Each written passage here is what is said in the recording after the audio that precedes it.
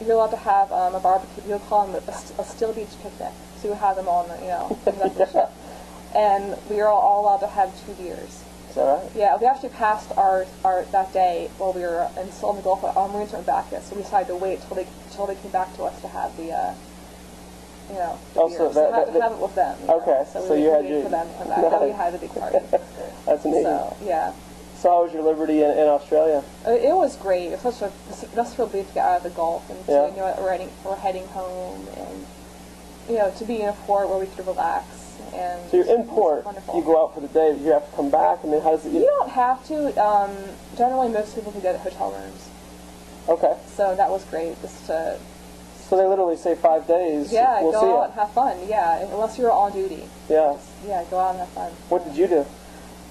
The first day that we were there, we all went out to a really nice Italian restaurant. Me and my friends got, a bottle of wine, just sat there for hours just eating really great food.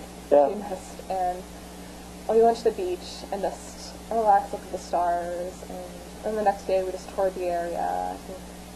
Went to a club at night. I bought the new Harry Potter book, so nice. it came out when I was in the Gulf, so I was very happy to get my hands on that. So. Were you able to call home during this period of time? I did, and I was usually in email contact with my family and friends, and I called home and.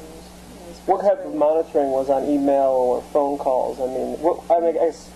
What type of monitoring? What could they know in terms of your location? What did they know? You have to be careful about that. You couldn't say, oh, we are at, at latitude, blah, blah, blah, blah, but, generally I'll call my parents whenever we pull into a Liberty port, because, the local press will cover it. It wasn't a secret. We were there, and that was fun. That's usually when I would call them.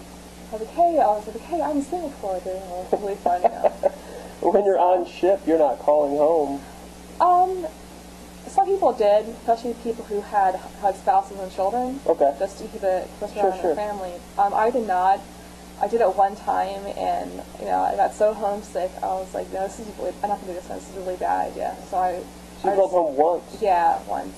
On ship. On the way back, I called home again twice, but I kind of avoided it. So it was just I always got these horrible waves of homesickness. Is that right? Yeah. So I decided that wasn't healthy to do too much calling. So did you write or just email? Just email. Yeah. I got some care packages, which were great. So. What were their thoughts while you were over there in terms of email? They were concerned, but we kept it very lighthearted. I'll just talk about my daily days, my friends on the ship. They would tell me about what it was like back home. Very lighthearted. So after leaving Australia, then you're steaming for home? Yeah, and it's off in Hawaii. Another Liberty port. And then we went home. So. How was Hawaii? Great. It was another. It was Hawaii. It was a great time. So, and then it was a good way to transition back to being in the States without actually being in our home port where our families were. Yeah. So, and then several days later, we were back in San Diego, and the next day I left to go back home to Philadelphia. Is that right? Yeah, for 2 weeks. Oh, on regular leave? Yes. Okay. Everyone gets that. Once you're home for deployment, basically everyone goes on leave. Was there any transition counseling or anything like that after leaving the deployment? In terms of reintegrating, or?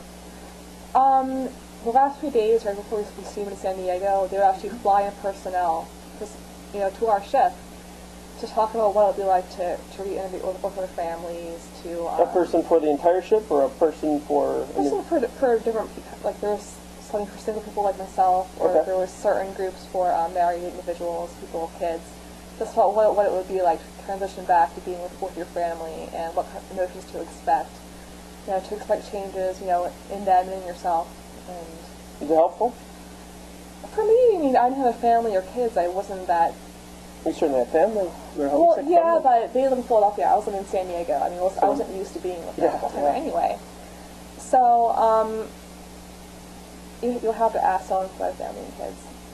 I would hope it was useful for them. Yeah. Did you? Ask them when you're on ship? Did you guys talk about transitioning back? Oh, yeah. I have some friends with kids. What was it like for them? Through your eyes? Most of them seem to handle it pretty well. They were all very involved with their families. Even when they were on deployment, they would call a lot or email a lot, and they made sure to stay active in their families' lives, even when they were away. What did you think about, being away with families? I can't imagine it. It must have been so hard, especially for the parents.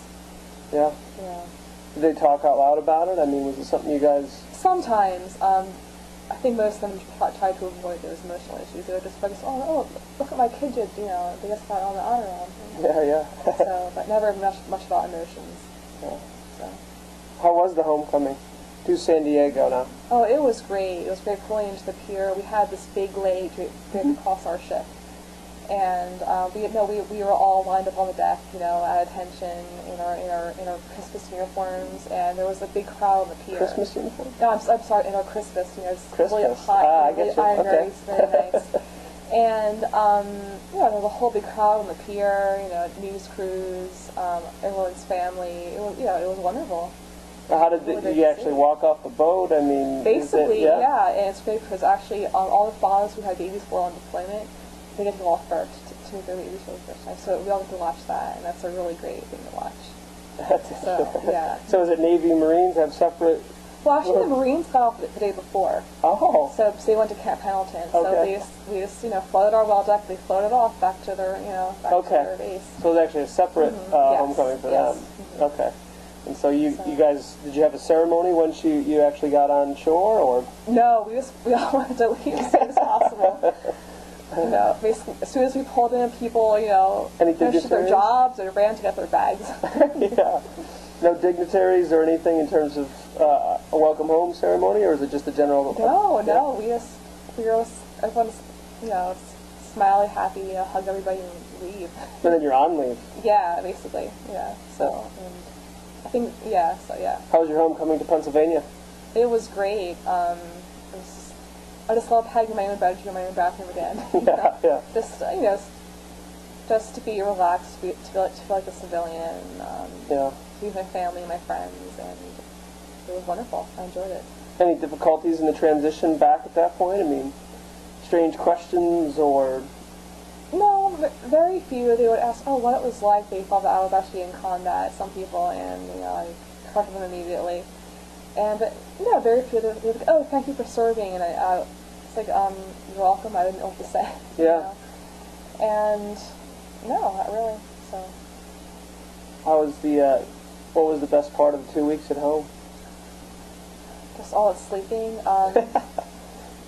Just going out to really great restaurants and just, you know, seeing my favorite Philadelphia area and just being with, you know, everyone I loved, you know. So it was wonderful. Yeah, once you got back to San Diego, did you, at this point, were you deciding whether you wanted to stay in the Navy, or what were your thoughts at this point? At that point, I was transitioning to a new job, and I actually left my ship about a month after deployment to go to postal clerk school. Okay. And that was in Fort Jackson, South Carolina, an Army base. Is this something you chose? Yes. Why? I just wanted to experience a new job. It was very long, tough hours as an OS. Okay. And I was ready to try something new. So I figured it'd be interesting. So I went to an Army base in South Carolina, Fort Jackson. That was very interesting in itself, just to see the differences between the Army and the Navy. What are they? The Army's much more hardcore, and regarding military discipline, treatment of the personnel. But it was fun. I had a good time there. What do you mean treatment of the personnel? I'd say a lot more stereotypical, a lot more hardcore military type that you would see, you know, in a movie. It was. I don't want to press you further, but what is hardcore? One of the boot camps is there, and just they're a lot more gung ho, and you know, oh, okay. Yeah, which totally makes sense. And so it was really fun to experience that, like an anthropologist, you know. Yeah. So and after that, I went to Japan. I had to choose that, and I was on a land base in Japan for 2 years. Nice. In Yokohama, Japan, and that was great. Just living in Japan, experiencing that culture, and I was on a very small base, and you know, and the really great bunch of people there, and. So you're like July, August 2003 for 2 years? Yes, about that.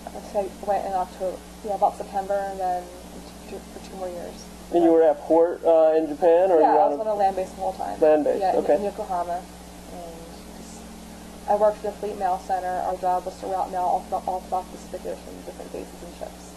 Interesting. So, and that was a fun job. And did you live